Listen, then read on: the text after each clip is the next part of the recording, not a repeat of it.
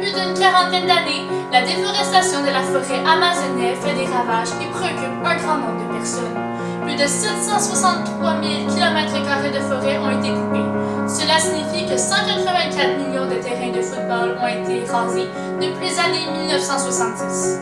Cela représente 42 milliards d'arbres détruits, soit 2000 par minute ou 3 millions par jour.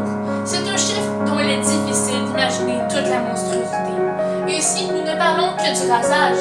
On évoque rarement les forêts endommagées et dégradées par l'homme.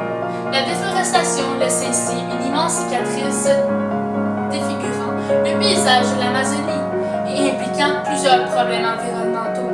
Entre 2013 et 2014, environ 4848 km² de forêts ont été coupées, ce qui équivaut à une réduction de 18% comparé en 2004, que les chiffres avaient atteint 26 000 km². Maintenant, je vais laisser la parole à Jérémy Roux, qui est présentement sur les lieux. Merci. Oui, merci Solène. Alors nous sommes ici au Brésil, plus précisément en Amazonie, la plus grande forêt du monde, avec environ 5 500 000 km² où celle-ci ne cesse de diminuer.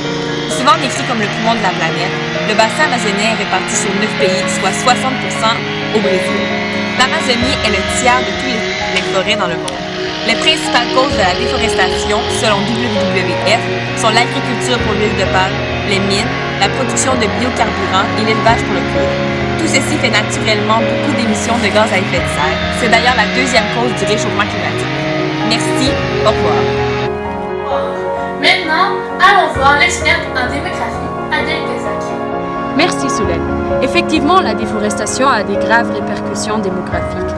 Il y a 10 millions d'habitants qui vivent au cœur de la forêt, dont certains sont tellement isolés qu'ils ne sont même pas conscients de la présence des groupes colonisateurs.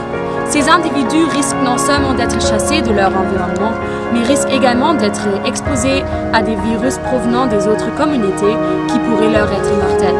Toutes les coupes d'arbres dans l'Amazonie ont été effectuées sans précaution, ni pour la faune, ni pour la flore, et encore moins pour les groupes indigènes qui tirent leur bien dans ces forêts. Si nous continuons de la sorte, leur nombre va diminuer. Aussi, les multinationales qui exploitent cette forêt sont beaucoup plus intéressées à l'argent qu'elle lui fournit que pour le bien-être des gens qui y habitent. Merci, au revoir. Au revoir. Maintenant, allons voir Héloïse Rubégina, la spécialiste en environnement. Merci Solène. En effet, la déforestation massive et non régulée de la forêt amazonienne peut causer plusieurs conséquences environnementales. La diminution de la biodiversité, l'extinction de plusieurs espèces animales et végétales et un déséquilibre climatique. Le climat chaud et très humide, ainsi que les nombreux cours d'eau qui traversent la forêt amazonienne, font que la biodiversité de l'Amazonie est unique au monde.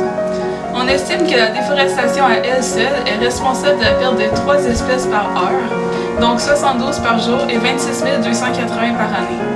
De plus, il y a une modification du climat, puisque l'Amazonie a un rôle important dans la protection contre l'effet de serre. En effet, les arbres absorbent une partie du gaz carbonique produit par les activités industrielles et des véhicules automobiles sur l'ensemble de la planète. Environ 1568 millions de tonnes de carbone ont été émis en 2013 dû à l'augmentation de la déforestation. Voilà ce qui conclut le